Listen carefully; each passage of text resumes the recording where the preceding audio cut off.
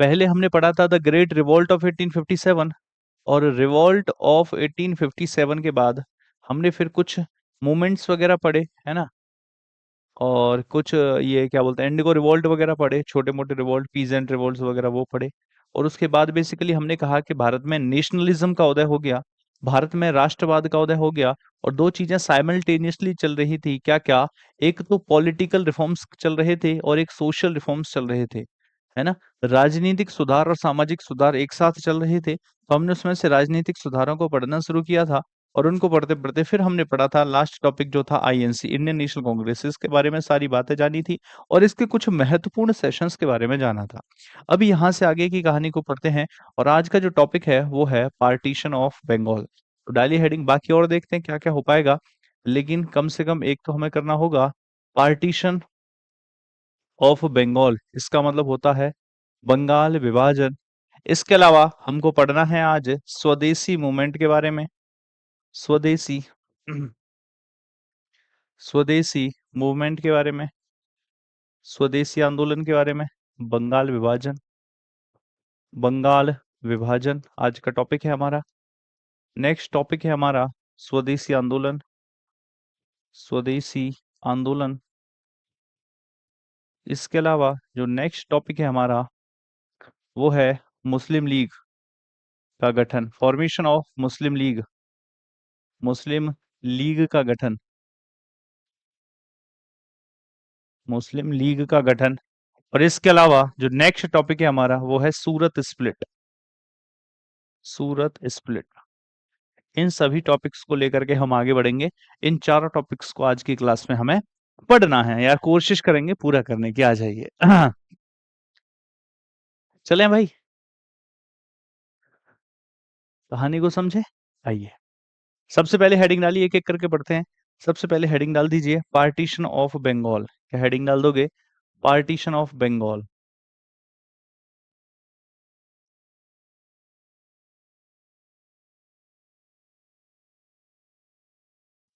यानी कि बंगाल विभाजन, बंगाल विभाजन।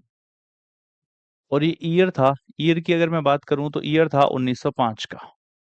कौन सा? 1905 का। क्या थी कहानी, क्या थी पेशकश और क्या था इंसिडेंट, पूरा समझना होगा। और उसको समझने के लिए आइए हम ले चलते हैं आपको उसी दौर में, उसी समय में। क्योंकि कहा गया है कि इतिहास को उसी ईयर में रह करके, उसी इंसिडेंट के पास खड़े होकर के पढ़ा जा सकता है, चर्चा कर रहे हैं। इतिहास को ऐसा नहीं है रटा जाता, के लिए इतिहास को याद रखने के लिए आपको उस घटना के अंदर खुद को ले जाना होगा। तो आइए हम आपको 1905 में ले चलते हैं। देखिए ये समय था 1905 का। हम भारत की स्थिति के बारे में जान लेते हैं कि 1905 में भारत की स्थिति क्या थी। मेरे प्यारे साथियों, भारत की स्थिति तो जो थी वो थी, लेकिन भारत का सबसे बड़ा जो प्रांत था उसका नाम था बंगाल। थोड़ा बड़ा बना देते हैं, जरूरत पड़ेगी।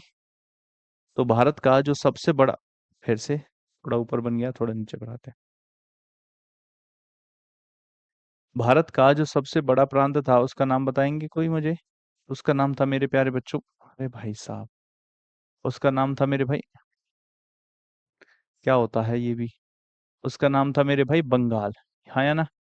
बिल्कुल। बंगाल भारत का सबसे बड़ा प्रांत हुआ करता था। आज का बंगाल, आज का बिहार, आज का उड़ीसा, ये तीनों, ये क्या बोलते हैं इसको, क्या बोल, बंगाल तो था ही था, वेस्ट बंगाल भी था, बिहार भी था, उड़ीसा भी था, और ये बांग्लादेश भी इसी का हिस्सा था। इतना बड़ा प्रांत हुआ करता था। और आप सभी को याद होगा कि जिस समय ईस्ट इंडिया कंपनी आई थी तो उसने सबसे पहले व्यापार कर, मतलब सबसे ज्यादा व्यापार यहीं से शुरू किया था, और धीरे धीरे यहीं पर लड़ाइयां लड़ी और यहीं से शासन करना शुरू किया। तो भारत में ब्रिटिशर्स ने, जो व्यापारियों ने शासन करना शुरू किया था, ब्रिटिश व्यापारियों ने, बंगाल से किया था। तो सबसे ज्यादा शोषण भी बंगाल का किया, सबसे बड़ा अकाल भी तो बंगाल में ही पड़ा था। और जब सबसे ज्यादा शोषण भी बंगाल का किया है, अकाल भी बंगाल में पड़ा था, ये सारी चीजें बंगाल में हुई थी, तो सबसे ज्यादा नफरत भी तो बंगाल के लोग ही करते होंगे। तो जब नफरत करने की बारी आएगी फिर भी बंगाल के लोग ही करेंगे। मान लो कि तुम सब बच्चे पढ़ते हो और मैं टीचर हूँ, स्कूल वाला टीचर याद करना। तो सारे मतलब स्कूल में हमारे जितने भी टीचर्स थे उनमें कोई ना कोई तो खड़ूस रहा होगा। मान लेते हैं मैं ही सबसे खड़ूस टीचर था। तो आपको जब भी विद्रोह करने की बारी आएगी आप किसके खिलाफ करोगे? जिसने सबसे ज्यादा तुम्हें कूटा होगा। तो वैसे ही है। या आप में एक काम कीजिए, ऐसे मान लीजिए 10 क्लासेस हैं, अब कोई खड़ूस टीचर है, वो क्या करता है, वो सारी क्लासों को जाकर के कूटता है। तो सबसे पहली बात तो टीचर्स के खिलाफ अगर विद्रोह करना होगा तो सारी क्लास उसी के खिलाफ विद्रोह करेंगी। और अगर किसी टीचर ने पर्टिकुलरली एक क्लास को कूटा होगा, तो जब विद्रोह होगा तो सबसे ज्यादा विद्रोह कहां से होगा, जिस क्लास को सबसे ज्यादा कूटा गया है। तो भारत में सबसे ज्यादा शोषण जो किया गया था वो बंगाल के लोगों का किया गया था, तो विद्रोह भी यहीं से ज्यादा हो रहा था। ऊपर से ये हिंदू मुस्लिम यूनिटी का गढ़ हुआ करता था, यहाँ पर क्या हिंदू क्या मुसलमान सब भाई भाई की तरह रहते थे, और यहाँ से क्रांतिकारी गतिविधियां बड़े पैमाने पर हो रही थी। तो इन क्रांतिकारी गतिविधियों को ब्रिटिशर्स खत्म करना चाहते थे, और जब ब्रिटिशर्स खत्म करना चाहते थे तो यहाँ पर जो वायसरॉय था, उस वायसरॉय का नाम था लॉर्ड कर्जन। क्या नाम था? Lord Curzon. ये लॉर्ड कर्जन इन क्रांतिकारी गतिविधियों को खत्म करना चाहता था। तो इसने एक फंडा अपनाया और बोला कि भैया बंगाल का विभाजन किया जाएगा। क्या कहा? कि बंगाल का विभाजन किया जाएगा, इसमें से दो बंगाल बनाए जाएंगे। एक तो होगा ईस्ट बंगाल, एक तो क्या होगा, ईस्ट बंगाल, और एक होगा भैया वेस्ट बंगाल। इसने ऐसी घोषणा कर दी सीधा, एक होगा ईस्ट बंगाल और एक होगा वेस्ट बंगाल। ईस्ट बंगाल जो होगा उसमें बेसिकली मुस्लिम लोग रहेंगे, और बाकी जो वेस्ट बंगाल होगा इसमें हिंदू एंड अदर लोग रहेंगे। ईस्ट बंगाल में मुस्लिम्स रहेंगे और वेस्ट बंगाल में हिंदू और बाकी अदर लोग रहेंगे। इसको वो वाला वेस्ट बंगाल मत समझना जो आज वाला है। मैंने कहा ना, आज की कहानी तो भूल जाओ, इतिहास को सिर्फ 1905 में रह के पढ़ो। आज क्या है उस चीज को भूल जाओ। तो बंगाल जो था, उस बंगाल में कहा गया कि बंगाल का विभाजन किया जाएगा, एक ईस्ट बंगाल होगा और एक वेस्ट बंगाल होगा। ईस्ट बंगाल में बेसिकली मुस्लिम्स रहेंगे और वेस्ट बंगाल में अदर कम्युनिटीज रहेंगी, ऐसा कहा गया था। ठीक है भाई, ये बात भी समझ ली। जब ऐसा कहा गया था तो मेरे प्यारे साथियों बालको, ये घोषणा की थी किसने? ये घोषणा की थी लॉर्ड कर्जन ने। तो याद रखना, पार्टीशन ऑफ बंगाल होगा, इसका जो डिक्लेरेशन हुआ था, डिक्लेरेशन मतलब इसकी जो घोषणा हुई थी, डिक्लेरेशन यानी कि घोषणा, वो कब हुई थी? वो हुई थी 19 जुलाई 1905। 19 जुलाई 1905 को घोषणा हो चुकी थी कि बंगाल विभाजन किया जाएगा, किया जाएगा। लोग सोचने पर हो गए तत्पर कि भाई क्या होगा, क्या होगा, कैसे होगा। जुलाई के बाद अगला महीना अगस्त आया, लोग तो मिलजुल के रहना चाहते थे, इसीलिए लोगों ने प्रोटेस्ट करना शुरू कर दिया। बंगाल विभाजन के खिलाफ जो प्रोटेस्ट शुरू हुआ, वो शुरू हुआ 7 अगस्त को। तो 7 अगस्त 1905 वो तारीख है जिस दिन प्रोटेस्ट शुरू हुआ। प्रोटेस्ट होता रहा, लेकिन लॉर्ड कर्जन बोला कि ये चीज जो मैंने बोली है कि मुस्लिम इधर जाएंगे और बाकी सब कम्युनिटीज इधर आएंगी, और ये चीज इफेक्ट में आएगी, इफेक्ट फ्रॉम 16 अक्टूबर। ये सब कुछ इफेक्ट में कब आएगा? ये सब कुछ लागू जो किया जाएगा या इफेक्ट में जो आएगा वो कब से आएगा? इफेक्ट में जो आएगा वो आएगा 16 अक्टूबर 1905 से। तो 16 अक्टूबर 1900 वो पांच पांच वो तारीख है जिस दिन ये सब कुछ प्रैक्टिकली किया जाएगा। इन सबको इधर भेजा जाएगा, अदर कम्युनिटीज को, सभी मुस्लिम्स को इधर भेजा जाएगा। और सोच के देखिए वो मंजर क्या रहा होगा कि बचपन से लेके दादा परदादा पापा हम सब बड़े हुए होंगे उस घर परिवार मिट्टी खेत, अपना जो है खेत खलियान गांव। और पहले तो कितनी वैल्यू हुआ करती थी इन सब चीजों की, जॉब करने के लिए पहले थोड़ी ना अमेरिका और ये सब इतनी ज्यादा चीजें चला करती, शहर भाग रहे थे। सब अपने गांव में मिलजुल के रहा करते थे। उन सभी चीजों को घर बचपन से लेकर के आज तक जिसमें रहे हैं, जिसको पिरोया है पूर्वजों ने, उस सब को छोड़ के जाना होगा एक नई जगह। हमें नहीं पता वो जगह कैसी होगी। तो सोचिए जरा लोगों के दिल पर क्या बीत रही होगी। लोग परेशान थे, प्रोटेस्ट कर रहे थे, लेकिन इसका कोई असर नतीजा नहीं आ रहा था। तो आपसे पूछा जाता डिक्लेरेशन कब हुआ? 19 जुलाई को। लोगों ने प्रोटेस्ट करना स्टार्ट कर दिया 7 अगस्त को, और 16 अक्टूबर को ये इफेक्ट में आया। 16 अक्टूबर वो तारीख है जिस दिन ये पार्टीशन बिल्कुल हो चुका था। अब मेरी बात सुनना, प्रोटेस्ट वाली बात मैं बाद में बताऊंगा, पहले मैं थोड़ा सा बता देता हूँ पार्टीशन कब हुआ था। क्योंकि प्रोटेस्ट जब लोगों ने करना शुरू किया था, यही आगे चलता रहा चलता रहा चलता रहा, और चलते चलते यही आगे चल करके स्वदेशी आंदोलन कहलाएगा, या स्वदेशी मूवमेंट कहलाएगा, स्वदेशी मूवमेंट बनेगा। यही प्रोटेस्ट आगे चल करके स्वदेशी आंदोलन कहलाएगा।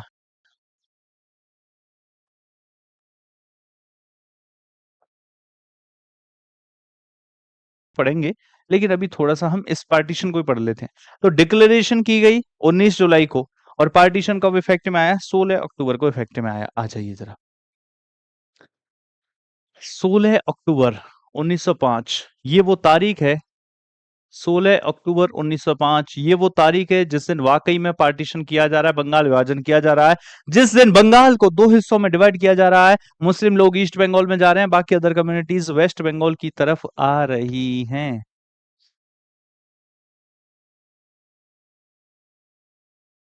ठीक है। तो जब ये सब कुछ हो रहा था 16 अक्टूबर को लोग इधर उधर जा रहे थे, तो यहाँ पर लोगों ने इस दिन को मनाया था शोक दिवस के रूप में। इस दिन को मनाया था सोरो डे।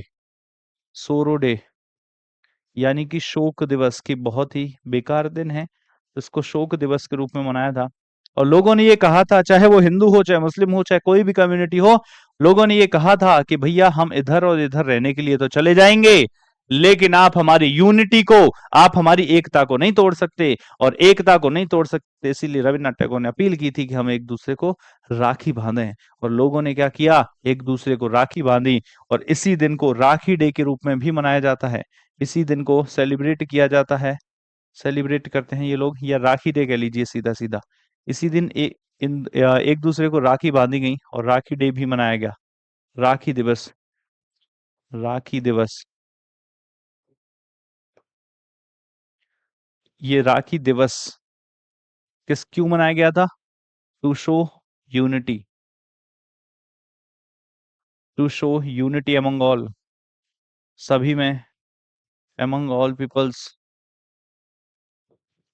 सभी लोगों में एकता है, इस बात को दर्शाने के लिए, सभी लोगों की एकता को दिखाने के लिए राखी दिवस के रूप में मनाया गया 16 अक्टूबर को। और एक दूसरे को राखी बांधी और बोला गया कि बेशक से आप हमें रहने के लिए अलग कर दीजिए, लेकिन हमारी जो एकता है, जो यूनिटी है, हमारा जो प्रेम है, वो कभी खत्म होने वाला नहीं है। हिंदू, मुस्लिम, सिख, ईसाई, पारसी, जैन, कृष्ण, सब ने यही कहा, जो भी लोग यहाँ पर रह रहे थे।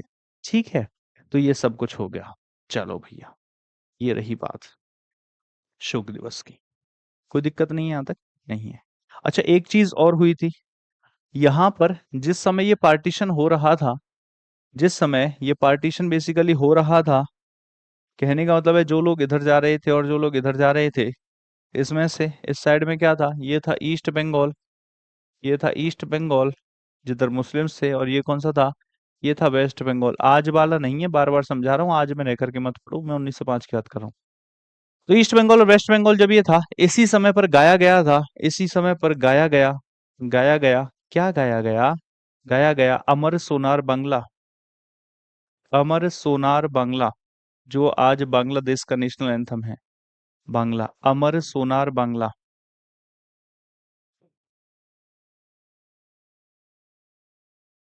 अमर सोनार बांग्ला गाया गया। इसको कंपोज किसके द्वारा किया गया? इसे कंपोज किया गया है रविन्द्रनाथ टैगोर जी के द्वारा। अमर सोनार बांग्ला जिसे कंपोज किया गया है रविन्द्रनाथ टैगोर जी के द्वारा, इसको गाया गया था, जो कि आगे चल करके नेशनल एंथम बन गया, national anthem of Bangladesh, national anthem of, national anthem of Bangladesh. भैया आगे चल करके यहीं पर ईस्ट बंगाल वाली जगह पर बनेगा बांग्लादेश, आगे चल के बनेगा, बना देंगे, अरे टेंशन क्यों ले रहे हो। तो बांग्लादेश, अमर सोनार बांग्ला जो आगे चल करके बांग्लादेश का नेशनल एंथम बन गया, इसको 1905 में ही गाया गया था।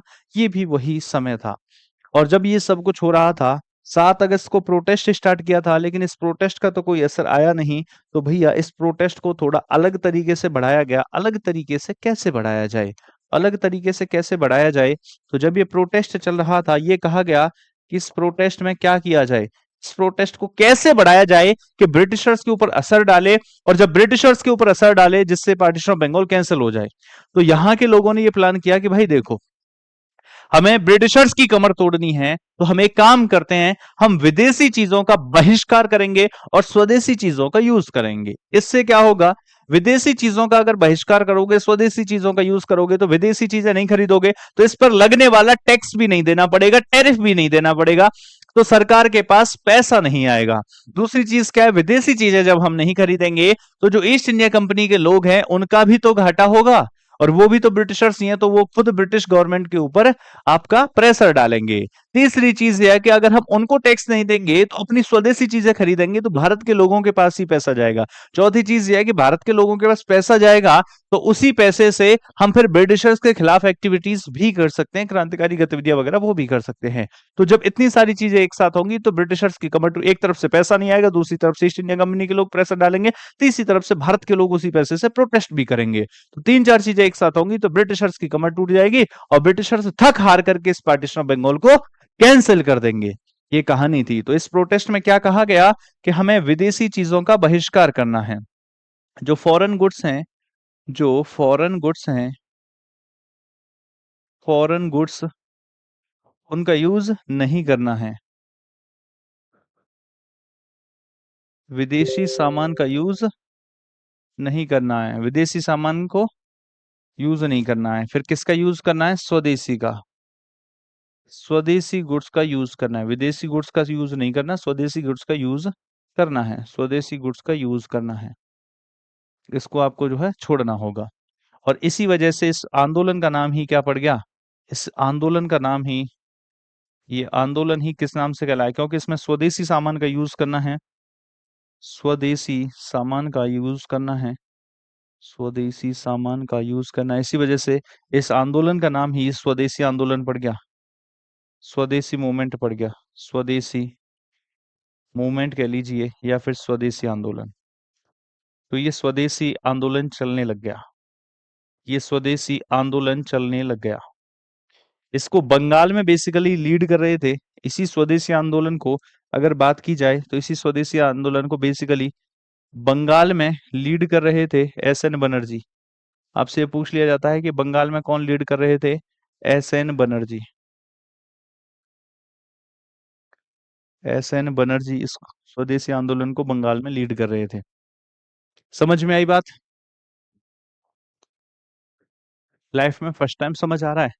कोई बात नहीं भाई, आप समझिए तो सही, हम आपको इसी तरीके से समझाएंगे। तो दोनों चीजें समझ आ रही हैं कि पार्टीशन ऑफ बंगाल कैसे हुआ, स्वदेशी मूवमेंट कैसे हुआ। देखिए सबसे पहले यहां पर पार्टीशन ऑफ बंगाल को डिक्लेयर किया गया। अच्छा एक चीज और है, एक चीज क्या है कि जब, प्रैक्टिकल रीजन तो ये था, लेकिन लॉर्ड कर्जन से जब पूछा गया कि भैया तुम पार्टीशन ऑफ बंगाल क्यों करना चाहते हो, लॉर्ड कर्जन से, लॉर्ड कर्जन से जब पूछा गया कि तुम पार्टीशन ऑफ बंगाल क्यों करना चाहते हो, तो लॉर्ड कर्जन ने जो आंसर दिया था वो ये था, लॉर्ड कर्जन ने जो आंसर दिया था कि क्यों पार्टीशन ऑफ बंगाल करना चाहता था, तो उसने कहा था कि कुछ एडमिनिस्ट्रेटिव कारण है, एडमिनिस्ट्रेटिव कारण है, एडमिनिस्ट्रेटिव रीजन है। एडमिनिस्ट्रेटिव रीजन का मतलब होता है प्रशासनिक कारण है। तो इससे पूछा गया कि प्रशासनिक कारण क्या है, तो इसने आंसर दिया कि देखो भाई। हमने कहा बताओ भाई। ये बोला कि एक बात सुनो। हमने कहा सुनाओ भाई। इसने कहा कि देखो बंगाल इतना बड़ा है, सभी प्रांतों में सबसे बड़ा बंगाल है, और राज्यों में लेफ्टिनेंट गवर्नर होते हैं, तो एक लेफ्टिनेंट गवर्नर के लिए इतने बड़े प्रांत को चलाना मुश्किल हो रहा है। इसी वजह से हम इसके दो हिस्से करेंगे, तो एक लेफ्टिनेंट गवर्नर इस राज्य का हो जाएगा, एक लेफ्टिनेंट गवर्नर इस राज्य का हो जाएगा। तो वो इतने एरिया को चला लेगा। जैसे यूपी बड़ा था तो इसमें से उत्तराखंड अलग कर दिया गया, किया गया नहीं किया गया? बिल्कुल किया गया। बॉम्बे में से महाराष्ट्र और गुजरात को अलग किया गया। तो ऐसे ही कि इसमें से अलग कर देंगे, वो तो बाद में किया गया था, मैं एग्जाम्पल के लिए बता रहा हूँ। तो यहाँ पे अलग कर देंगे तो इसको चलाना आसान हो जाएगा। अरे भाई अगर सिर्फ इसलिए करना था तो तुम हिंदू मुस्लिम क्यों कर रहे हो? जो जहां रह रहा है रहने दो, सिर्फ दो हिस्से कर दो। तो लॉर्ड कर्जन ये तो सिर्फ रीजन दे रहा था, लेकिन लेकिन लेकिन एक्चुअल मेंटेलिटी क्या थी? हिंदू मुस्लिम यूनिटी को तोड़ना था और क्रांतिकारी गतिविधियों को रोकना था। तो इन्होंने पार्टीशन को डिक्लेयर कर दिया। इसके खिलाफ प्रोटेस्ट स्टार्ट हुआ इनिशियली तो, लेकिन वो प्रोटेस्ट धीरे धीरे करके स्वदेशी आंदोलन में बदल गया। इफेक्ट में आया 16 अक्टूबर को। 16 अक्टूबर को सोरो डे के रूप में मनाया गया और राखी डे के रूप में। और इसी समय अमर सोनार बांग्ला भी गाया गया। आपका जो है आगे चल करके यही बन गया था आपका ये बांग्लादेश का नेशनल एंथम। अगर हम बात करें ये जो प्रोटेस्ट था, इसको, इसमें फॉरेन गुड्स को नहीं यूज करना था, स्वदेशी गुड्स का यूज करना था, इसीलिए यही प्रोटेस्ट का नाम पड़ गया स्वदेशी आंदोलन। इसी स्वदेशी आंदोलन को बंगाल में लीड कर रहे थे। एक काम करेंगे अगले पेज में लिख देंगे, इसको छोड़ो, कोई दिक्कत नहीं है। तो स्वदेशी या लिख दिया है तो भी दिक्कत नहीं है, मैं तो कह रहा हूँ कि लिख देंगे। तो स्वदेशी आंदोलन को बंगाल में लीड कर रहे थे एस एन बनर्जी। मैंने यहाँ लिख देता हूँ इस चीज को, आपने वहां लिख दिया तो वो भी बेस्ट है, मिटाने की कोई जरूरत नहीं है। जो स्वदेशी मूवमेंट था 1905, स्वदेशी आंदोलन 1905, वही चीज लिख रहा हूं मैं भी यहाँ पर, सेम। कि बंगाल में इसको कौन लीड कर रहा था? बंगाल में इसको लीड कर रहे थे, बंगाल में इसको लीड कर रहे थे एस एन बनर्जी। ठीक है, एस एन बनर्जी। अब क्या हुआ? अब समस्या क्या हुई पता है आपको? समस्या मेरे साथियों ये हो गई, समस्या मेरे भाई ये हो गई कि कैसे करके चलाया जाए।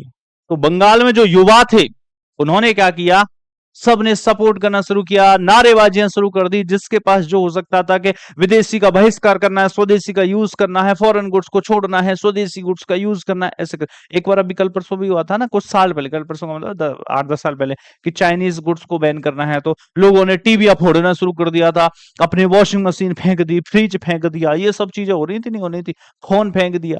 अरे भाई क्यों कर रहे हो ऐसा? भाई क्यों कर रहे हैं हम स्वदेशी चीजों का यूज? ताकि उनको पैसा ना जाए, टैक्स ना जाए। अरे जो चीज तुमने खरीद ली उस पर तो चला गया, लेकिन लोगों को करना था दिखावा। कुछ लोग यहाँ थे, उनको भी करना था कि जो भी सामान है फेंक दो, जला दो। लोगों ने घर के बाहर ढेर लगा करके कपड़े जलाना शुरू कर दिया, 3-4 कपड़े रख के आग लगा दी कि चलो भैया स्वदेशी चीज का यूज करना है, हमने विदेशी चीज का बहिष्कार कर दिया। किसी दूसरे व्यक्ति ने 20-25 कपड़े रख के आग लगा दी, अब उसका और बड़ा ढेर हो गया, तीसरे ने और कर दिया, चौथे ने क्या किया, अंदर कूड़ा वूड़ा डाल करके, लकड़ी वकड़ी डाल करके, ऊपर से थोड़े से कपड़े रख के फटाफट से आग लगा के वीडियो बना कर इंस्टाग्राम पे पोस्ट कर दी कि देखो स्वदेशी मूवमेंट के दौरान सबसे बड़ा ढेर जलाते हुए ये चौरसिया जी। कुछ इस प्रकार की चीजें हुई, तो सब लोग इसमें प्रोटेस्ट कर रहे थे। युवा लोग थे, क्या करें, उनके पास कुछ नहीं है, घर वालों कपड़े बड़े जला दिए, क्या पता घर वालों ने उनको जला दिया, कूट काट दिया। युवा लोगों ने अपना ग्रुप बना लिया, चलते थे, निकलते थे बाजार में, रात के समय निकलते थे पेट्रोल वेट्रोल लेकर के, जहां देखा कि बढ़िया स्वदेशी दुकान है, ठीक है, लगा विदेशी सामान की दुकान है, लगाओ पेट्रोल, डाल दो, आग लगा दो, आग लगा दो, आग लगा दो, आग लगा दी भाई साहब, दुकानें जला दी गई। रविन्द्रनाथ टैगोर ने कहा भी था कि भाई साहब बर्निंग ऑफ जो है clothes is a wastage of जो है क्लोथ्स। तो बर्निंग मत करो, जो खरीद चुके हैं वो तो खरीद चुके हैं ना, उस पर तो टैक्स वैक्स दे चुके हैं। समस्या इस बात की, ऑलरेडी हमारे पास स्वदेशी सामान नहीं है, तो जो नॉर्मल नीड है हम उसी को पूरा नहीं कर पाएंगे, तुम इनको भी जला दोगे। मान लो डेली क्या, हर महीने 100 मोबाइल, हर महीने 100 मोबाइल बेचे जाते हैं, मान लो भारत में 100 में से क्या होता है, 100 में से मान लेते हैं कि 95 बाहर से आते हैं और 5 क्या है, इंडियन है।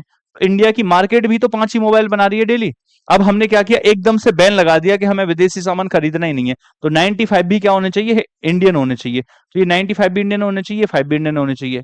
लेकिन लोग क्या करें, पुराने फोन भी तोड़ दे रहे हैं, तो जिसको जरूरत नहीं थी वो भी फोन खरीदेगा, तो अब 100 नहीं भैया, कम से कम 30 और कम से कम 130 की डिमांड आएगी। अरे जहां हम 5 मोबाइल बना सकते थे, अब 130 लाएंगे कहां से? स्वदेशी सामान इतना आएगा कहां से? क्योंकि अब तक तो बिकता नहीं था। तो थोड़ी ना आदमी इंतजार कर रहा था कि एक दिन ऐसा आएगा जब स्वदेशी आंदोलन आएगा, तब मेरी दुकान का सारा सामान बिक जाएगा। नहीं भाई, तो सामान की समस्या आ रही थी, सामान नहीं मिल रहा था, रोजमर्रा की जिंदगी की चीजें नहीं मिल पा रही थी लोगों को, क्या करें, मजबूरी में फिर से खरीदने लग गए विदेशी। तो एक यहाँ पर आदमी बाहर निकल करके आए, इन्होंने कहा कोई बात नहीं, हम मुहैया कराएंगे स्वदेशी सामान। इनका नाम था अश्वनी कुमार दत्त। कौन निकल करके आए बाहर? अश्वनी कुमार दत्त। और अश्वनी कुमार दत्त ने क्या काम किया मेरे प्यारे बच्चों? अश्वनी कुमार दत्त ने बनाई स्वदेशी बांधव समिति। क्या बनाई? स्वदेशी बांधव समिति, जो स्वदेशी सामान मुहैया करा रही थी। लिखो फटाफट।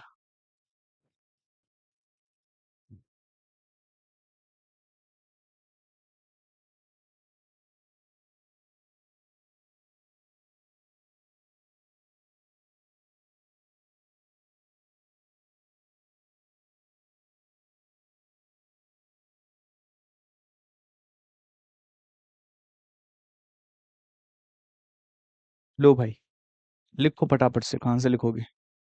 यहां से, जल्दी से।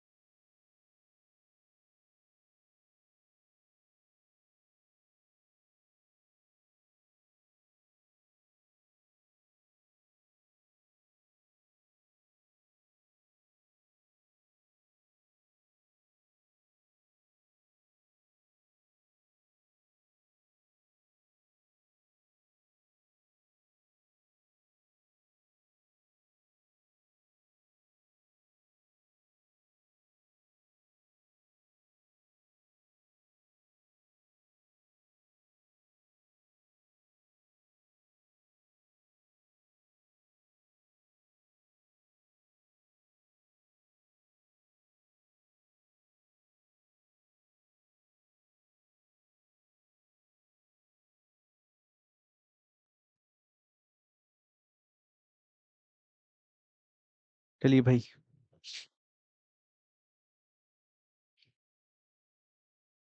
आगे बढ़े। ये भी हो गया नोट, एक बार बता दो जल्दी से। नोटेड। बढ़े आगे।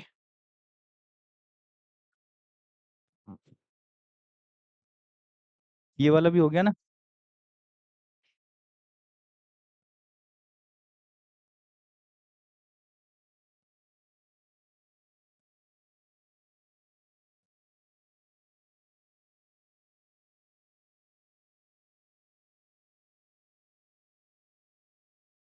ठीक है भाई।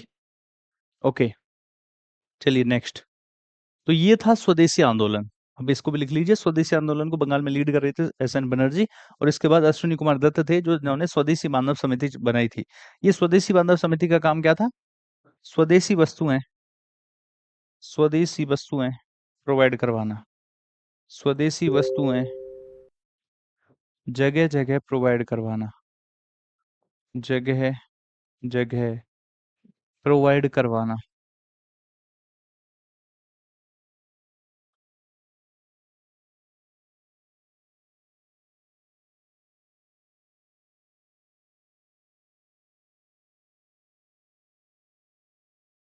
उपस्थित कराना, अवेलेबल कराना, प्रोवाइड करवाना, कैसे भी लिख लीजिए। हम्म। चलिए भाई, अब क्या हुआ? अब कहानी में एक नया मोड़ आएगा। कहानी में एक नया मोड़ कैसे आएगा? आप मुझे एक चीज बताइए। ये बंगाल है, और बंगाल में चल रहा है स्वदेशी मूवमेंट, पार्टीशन ऑफ बंगाल के खिलाफ। ये स्वदेशी मूवमेंट किस लिए चलाया गया था? To oppose. ये भी क्वेश्चन आया है ऑलरेडी, एसएससी में आया हुआ क्वेश्चन है ये, कि to oppose partition of Bengal. To oppose partition of Bengal, Bengal विभाजन के खिलाफ। To oppose partition of Bengal यानी कि बंगाल विभाजन के खिलाफ। बंगाल विभाजन के खिलाफ। To oppose partition of Bengal यानी बंगाल विभाजन के खिलाफ। To oppose partition of Bengal यानी बंगाल विभाजन के खिलाफ। और जब ये बंगाल विभाजन के खिलाफ चलाया गया, ये चल रहा था। अब बात सुनिए कि बंगाल विभाजन के खिलाफ यहाँ पर चलाया जा रहा है स्वदेशी मूवमेंट। और भारत की सबसे बड़ी पार्टी है आईएनसी, इंडियन नेशनल कांग्रेस। और मेरे प्यारे साथियों, उस इंडियन नेशनल कांग्रेस का गठन ही तो इसलिए हुआ था कि कोई भी समस्या हो तो इंडियन नेशनल कांग्रेस के लोग सरकार से मनवाएंगे। तो जब इतना बड़ा पार्टीशन ऑफ बंगाल हो गया है, इतना बड़ा आंदोलन चलाया जा रहा है, तो आईएनसी को इसे सपोर्ट करना चाहिए। अब इंडियन नेशनल कांग्रेस इस स्वदेशी मूवमेंट का सपोर्ट करेगी या नहीं करेगी, बताओ। इंडियन नेशनल कांग्रेस स्वदेशी मूवमेंट का सपोर्ट करेगी या नहीं करेगी? और ये डिसीजन कौन लेगा कि सपोर्ट करना चाहिए या नहीं करना चाहिए? पहली बात, करेगी या नहीं करेगी। दूसरी चीज क्या है कि आईएनसी को, स्वदेशी मूवमेंट को सपोर्ट करना चाहिए या नहीं करना चाहिए, डिसीजन कौन लेगा फाइनली? कौन बताएगा? कौन वो है जो बताएगा कि आईएनसी सपोर्ट करेगी या नहीं करेगी? भैया, आईएनसी किसी एक आदमी की नहीं है, आईएनसी तो सबकी है। तो आईएनसी खुद डिसीजन लेगी और बताएगी। खुद कैसे लेगी सर डिसीजन? खुद लेगी, क्योंकि आईएनसी का तो भैया अपना सेशन चलता है। जब आईएनसी का सेशन होता है तो 1905 में भी तो सेशन होगा। तो इसीलिए आईएनसी का 1905 का सेशन हुआ बनारस में। तो 1905 में जो आईएनसी थी, आईएनसी का जो सेशन हुआ, मेरे प्यारे साथियों, वो हुआ बनारस में।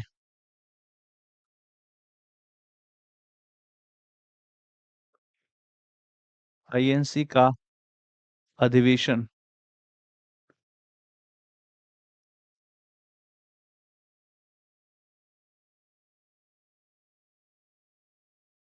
अधिवेशन हुआ बनारस में। और आईएनसी का जब अधिवेशन बनारस में हुआ, तो आपसे पूछता है कि इसके अध्यक्ष कौन थे? तो इसके अध्यक्ष थे गांधी जी के पॉलिटिकल गुरु गोपाल कृष्ण गोखले। कौन थे? गांधी जी के पॉलिटिकल गुरु गोपाल कृष्ण गोखले, जी के गोखले। गोपाल कृष्ण गोखले यानी जी के गोखले, जो कि गांधी जी के पॉलिटिकल गुरु हैं। आप लिख सकते हो, कल भी बात करी थी हमने इनकी तो। Political guru, political teacher of Mahatma Gandhi.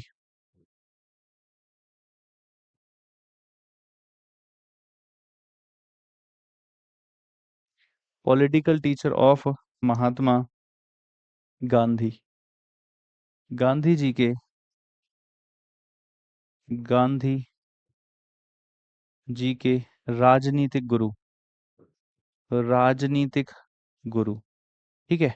अब याद रखना ये जो सेशन है, ये सेशन किस लिए इंपॉर्टेंट है? क्योंकि यही वो बनारस सेशन है जिस सेशन में ये डिसाइड किया गया था कि आईएनसी, इस सेशन में क्या डिसाइड किया गया? इस सेशन में ये डिसाइड किया गया था, इस सेशन में ये डिसाइड किया गया था कि जो आईएनसी है, ये स्वदेशी मूवमेंट को, ये इस स्वदेशी मूवमेंट को या स्वदेशी आंदोलन को सपोर्ट करेगी। और फिर आईएनसी ने भी सपोर्ट करना शुरू कर दिया। सोचिए जरा, बंगाल में विभाजन हो रहा है और आईएनसी जो कि पूरे भारत में फैली हुई पार्टी थी, ये आईएनसी भी स्वदेशी आंदोलन को सपोर्ट करने लग गई।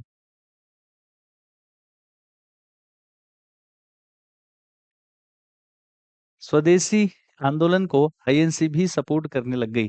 तो ये अब बड़े पैमाने पर जाने वाला था, ये अब बड़े पैमाने पर जाने वाला था। लेकिन आपसे ये पूछता है कि कौन सा सेशन था जिसमें डिसाइड किया था, तो वो बनारस सेशन था। अब पता है कहानी क्या हुई? कहानी ये हुई कि ब्रिटिशर्स इतने तेज थे तो इन्होंने भी तो कुछ प्लान किया ही होगा। इन्होंने क्या किया था? इन्होंने इन्होंने जो ईस्ट बंगाल के मुस्लिम्स थे, जो ये ईस्ट बंगाल था, इस ईस्ट बंगाल में जो मुस्लिम्स थे, उनसे ऐसा कहा था कि तुम स्वदेशी मूवमेंट को सपोर्ट मत करो, तुम इस पार्टीशन ऑफ बंगाल को सपोर्ट करो। इन मुस्लिम्स से क्या कहा था?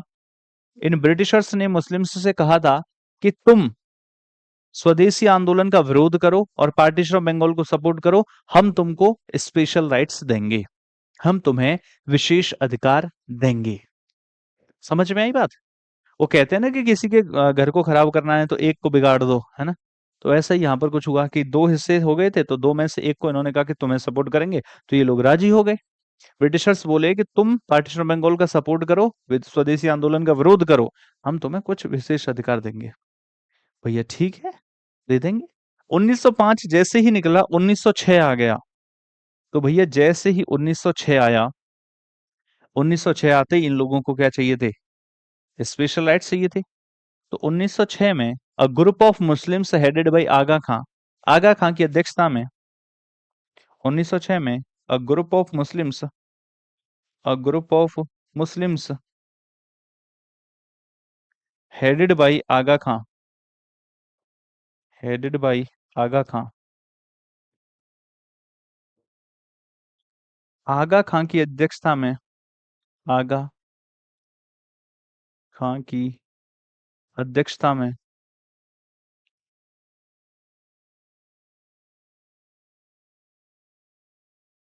मुस्लिम्स का एक ग्रुप,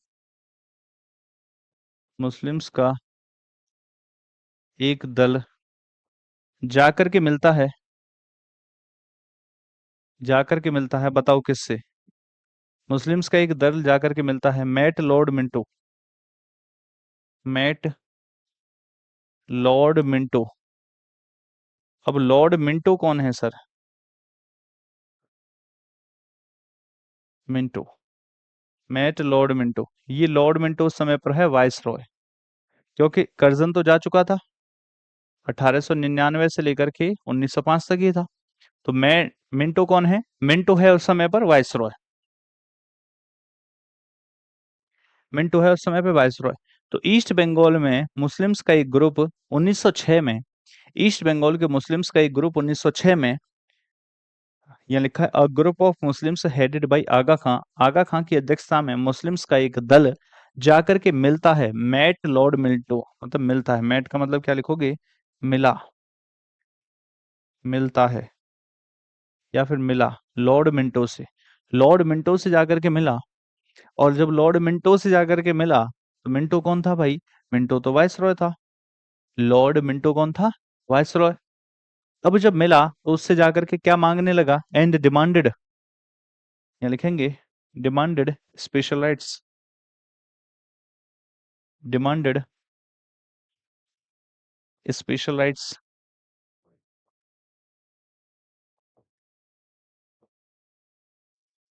विशेष अधिकार की मांग करने लगा कि सर आपने जो कहा था कि विशेष अधिकार देंगे, अब आप हमें वो विशेष अधिकार दे दीजिए। कि जिन विशेष अधिकारों की पिछली बार कहा था कि आप विशेष अधिकार देंगे, उन विशेष अधिकारों की मांग करने के लिए मुस्लिम्स का ये ग्रुप पहुंच गया भाई। समझ में आ रही है? तो मुस्लिम्स का ये ग्रुप वायसरॉय के पास पहुंच गया। अब जब वायसरॉय के पास पहुंच गया, वायसरॉय बोला यार इस जेब में भी नहीं है, यहाँ तो नहीं है। कहो ओ अच्छा अच्छा, विशेष अधिकार चाहिए, किसको चाहिए? तुम्हें चाहिए, तुम्हें चाहिए, तुम्हें चाहिए, तुम्हें चाहिए, किसको चाहिए विशेष अधिकार? कोई बिस्किट का पैकेट थोड़ी है विशेष अधिकार जो तुम्हें दे दूंगा और तुम चले जाओगे। है चूरन थोड़ी है जो दूध में डाल करके शाम को पी लेना 2 दिन 2 गिलास में। विशेष अधिकार मांग रहे हो तुम, किसको दे दूं? तो अधिकार तुम में से है कौन है लायक, किसको दे दिए जाए?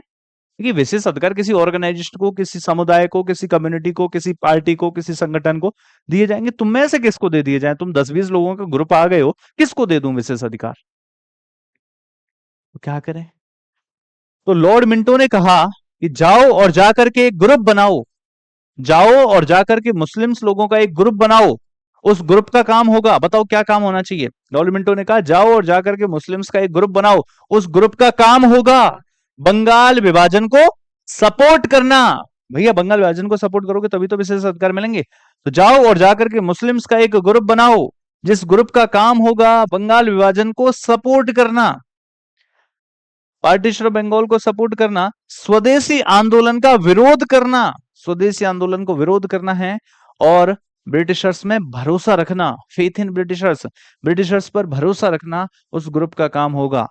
तो as suggested by Lord Minto, as suggested by Lord Minto, जैसा कि लॉर्ड मिंटो ने कहा था, लिख सकते हो as suggested by Lord Minto, suggested by Lord Minto. Lord Minto कौन था? Viceroy.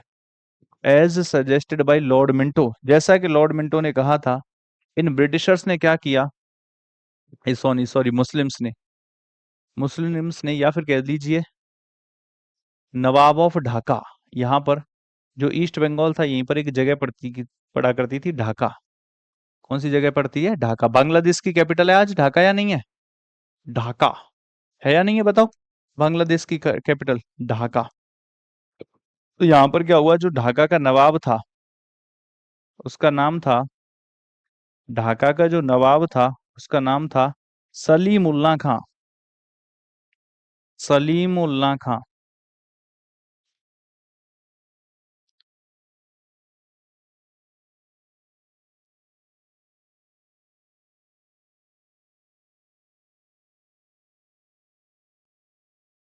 As suggested by Lord Minto, Salimullah Khan. इस सलीमुल्लाह खां ने क्या किया? बना दी एक नई पार्टी, बना दी एक नई पार्टी जिसका नाम रखा गया ऑल इंडिया मुस्लिम लीग। क्या नाम रखा गया? All India Muslim league.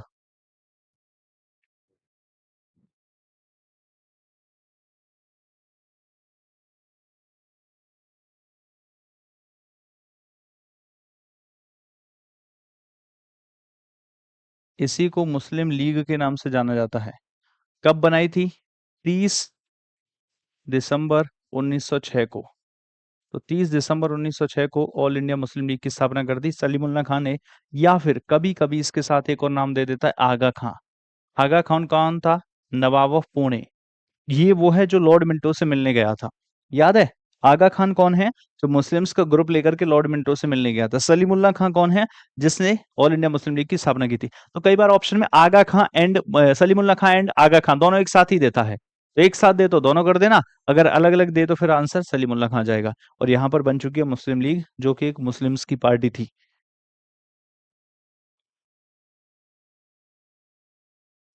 Hindi लिखो सर, समझ नहीं आता, कोई बात नहीं।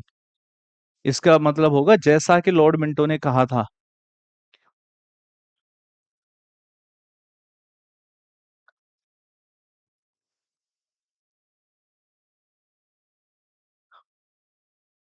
जैसा कि लॉर्ड मिंटो ने कहा था, as suggested by Lord Minto, जैसा कि लॉर्ड मिंटो ने कहा था, as suggested by Lord Minto, जैसा कि लॉर्ड मिंटो ने कहा था। पहले बताओ इतना समझ आया?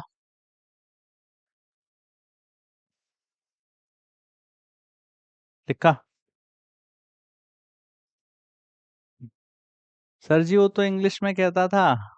अच्छा लास्ट स्लाइड दिखा दो, ये लो भैया लास्ट स्लाइड लिख लो। ई रहा लास्ट स्लाइड बबुआ। ए बबुआ, ई रहा लास्ट स्लाइड।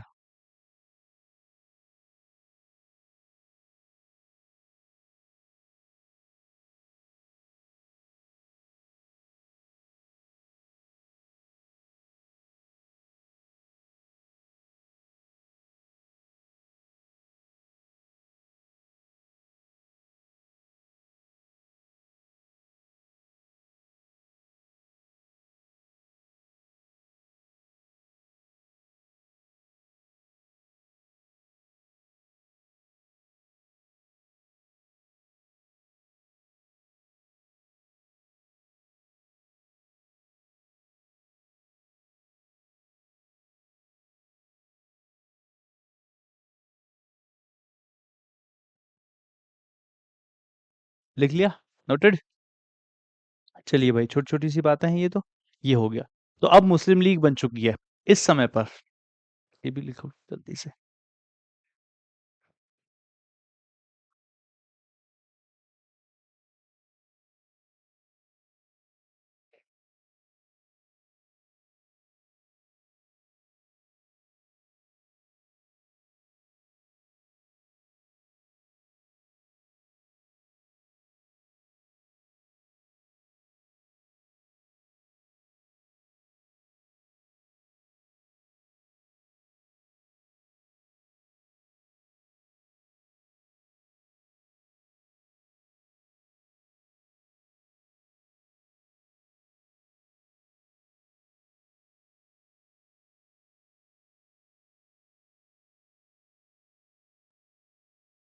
हाँ भैया, सलीमुल्लाह खान ने बनाई थी, लेकिन इनका भी योगदान था तो दोनों का नाम भी देता है कई बार ऑप्शन में।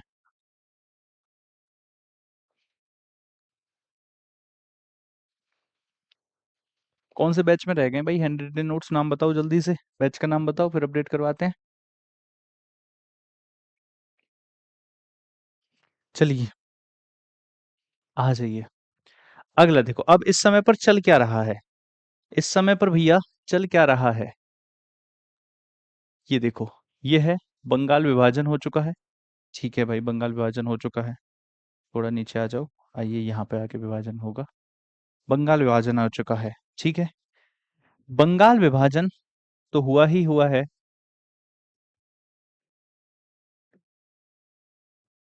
बंगाल विभाजन तो हुआ ही है। लेकिन मेरे प्यारे साथियों, इसके साथ साथ में यहाँ पर दो तीन चीजें चल रही हैं। क्या? एक तो स्टार्ट हो चुका है स्वदेशी आंदोलन, यानी कि स्वदेशी मूवमेंट। स्टार्ट हुआ नहीं हुआ है बताओ जरा? हुआ है। स्वदेशी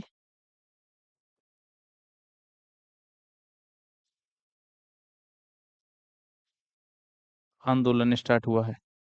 अब समस्या इस बात की है कि यहाँ पर दो पार्टियां हैं। कौन कौन सी? एक है आईएनसी और एक कौन सी है? मुस्लिम लीग। आईएनसी पुरानी पार्टी है, जो कि पार्टीशन ऑफ बंगाल का विरोध कर रही है और स्वदेशी मूवमेंट का सपोर्ट कर रही है। और मुस्लिम लीग क्या है?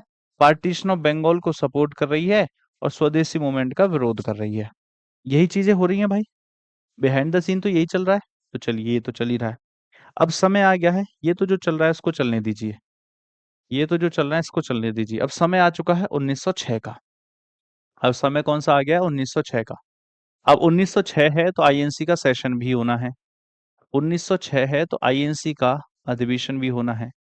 आईएनसी का सेशन भी होना है। लेकिन इस बार आईएनसी के सेशन में एक समस्या है। प्यारे साथियों, क्या समस्या है? क्या कोई मुझे बताएगा? इसको थोड़ा छोटा कर देते हैं।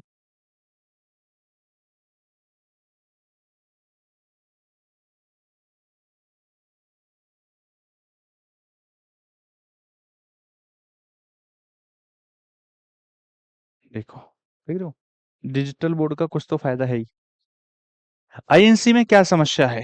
आईएनसी में ये समस्या है। समस्या क्या है भाई? समस्या ये है कि जो आईएनसी है ना, आईएनसी में बेसिकली दो प्रकार के लोग हैं। जो इंडियन नेशनल कांग्रेस है, इसमें दो प्रकार के लोग हैं। कौन कौन से? एक तो है मॉडरेटर्स, मॉडरेटर्स, और एक है एक्सट्रीमिस्ट। एक्सट्रीमिस्ट। मॉडरेटर्स का मतलब होता है नरम दल। क्या मतलब होता है? नरम दल। और एक्सट्रीमिस्ट का मतलब होता है गरम दल। गरम दल। एग्जाम्पल के लिए मैं लिख देता हूँ यहाँ, जैसे दादा भाई नेहरू जी, जैसे दादा भाई नेहरू जी, जैसे गोपाल कृष्ण गोखले। ये सब मतलब प्यार से बातों को मनवाने वाले। इनिशियल लेवल पर तो खास करके आईएनसी में कौन से लोग थे? इनिशियल लेवल पर तो खास करके आईएनसी में यही लोग थे जिन्हें नरम दल के लोग कहा जाता है ना?